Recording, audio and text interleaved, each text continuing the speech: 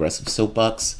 Guys, if you enjoyed this video, please like, share, and if you definitely like, please consider supporting this content through PayPal or Patreon. YouTube demonetizes these videos all the time, and the moment you mention anything about war, that video gets demonetized, regardless of how true or pertinent that information is. I did this video once before, but I kind of want to talk about this one more time because there's something that I missed that's kind of important.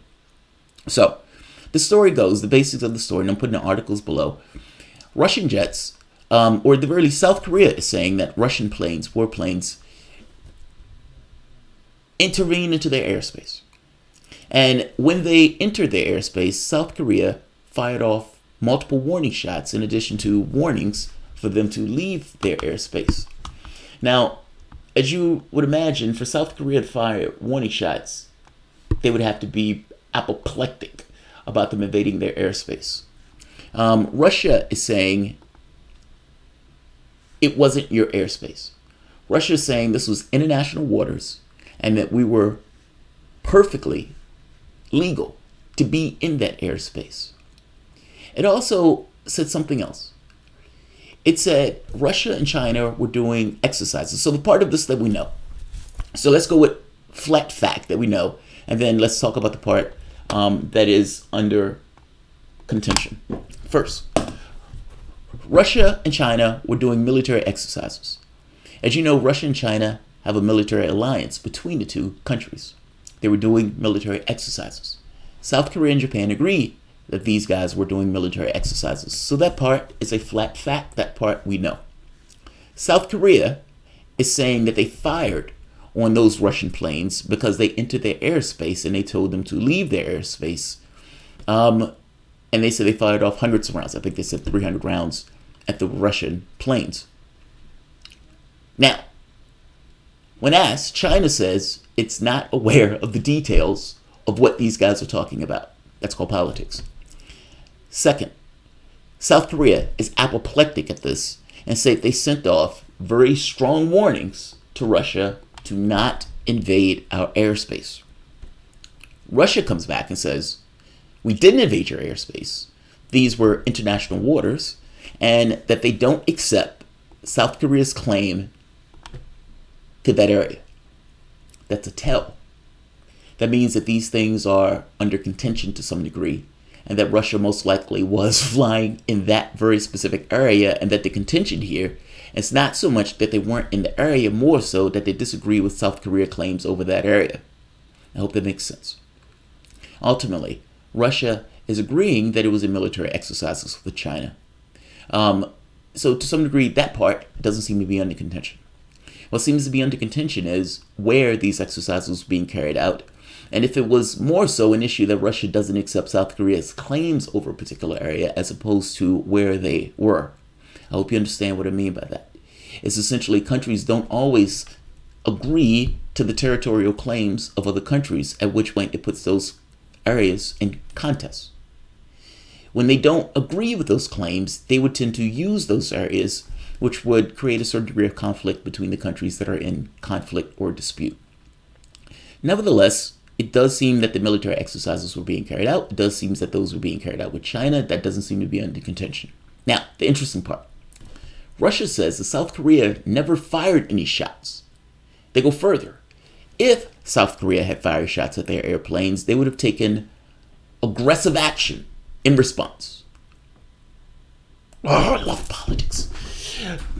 Understand why they're saying this. It is most likely true that South Korea did fire those shots. I don't think South Korea will come out and say they fired warning shots if they didn't fire warning shots. That is an extremely provocative thing to say if that's not, in fact, what you did.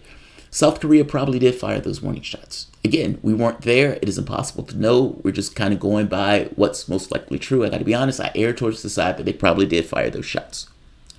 Russia, however, comes out and says that never happened. Now, they say that never happened because they don't want this impression that they were fired upon, that their aggressive action was taken upon them and they didn't do anything about it. That is not the impression that they want to leave. So for them, oh, nobody fired at us.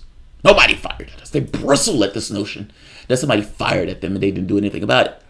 They probably were fired on. Because if they would have responded and they would have ended up in a dogfight in the sky, there would have been a far worse situation than after the fact just lying about it and saying you weren't fired upon. I hope that makes sense. All of these guys are liars. Nobody in this process is trustworthy. Truthfulness is not the point. The point is certain aims of the country itself. And whether you're honest or whether you're being deceitful, those things matter less than your aims. I know that as a person, you're like, wow, that's kind of fucked up. I hate to tell you that is infinitely true. And I don't know why you don't think that even from the standpoint of the politicians in your own country. It is definitely true from foreign or international politics. So what's most likely true? South Korea fired on a Russian jet. That's probably most likely true. China and Russia were in war games exercises. That is true. Those exercises probably did intrude upon areas that South Korea is saying is theirs. That is probably true. That's probably true. It is also probably true that Russia may not accept that those areas are theirs, especially if Russia wants to have military exercises in those areas. It is most likely true that South Korea fired on those jets. They fired hundreds of rounds. It is most likely that those South Korean pilots knew that if those rounds made contact, that all sorts of hell would have been the result of that.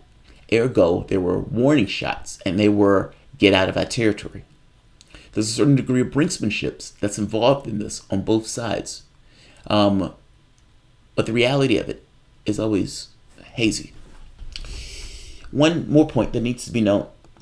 From a historical perspective, I've spent the last year, or several years actually, from just studying history itself, but definitely for the last year or so, being more so involved into the politics of the First and Second World War. These guys were previous enemies. Now, from our perspective in the United States, it's hard to get what that means, but for the moment, think about slavery in this country, and think about the Civil War in this country, and think about how deep those things dig down into the culture and the history of this particular country. Now, think of what that means in the sense of wars in those countries. China and Japan were at war, a vicious war. Russia and Japan used to be involved in border wars. It is very possible that if Russia or Japan, you have to look at the history between those two countries. It's absolutely fascinating. History might have been different if Japan would have attacked Russia during the Second World War.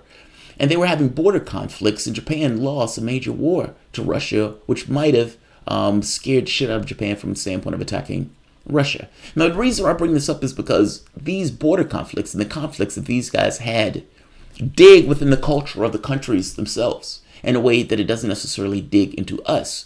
I'm trying to say that the comparison between these things are probably the wars that we've had in this country that still have a mark on us now. I'm saying the same thing is true for those countries, especially from the atrocities that have been taking place from the standpoint of those countries that are involved. South Korea, Japan, China, and Russia have been involved now in a conflict. Interestingly enough, I love China's perspective. China's like, look, we have no idea what happened. We have no idea what happened. And they go further. We're allies. These countries have relationships. So let's not use words that will get across this notion of conflict or war. They're looking at this through a more political lens. My point to you is all of this is being looked through in a political lens, meaning all of the statements that these guys are saying have less to do about truth and more to do about the politics of the international relations between them. Regardless of what happened, the United States is going to immediately take Japan and South Korea's side. And with everything that's been taking place within this country and all the demonization of Russia, you already know the perspective that this country is going to take. God forbid, South Korea would have shot down that Russian jet.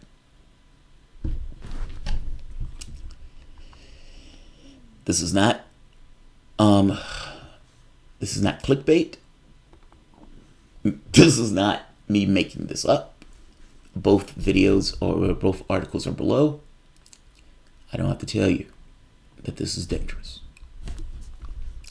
Like and share. Thanks all.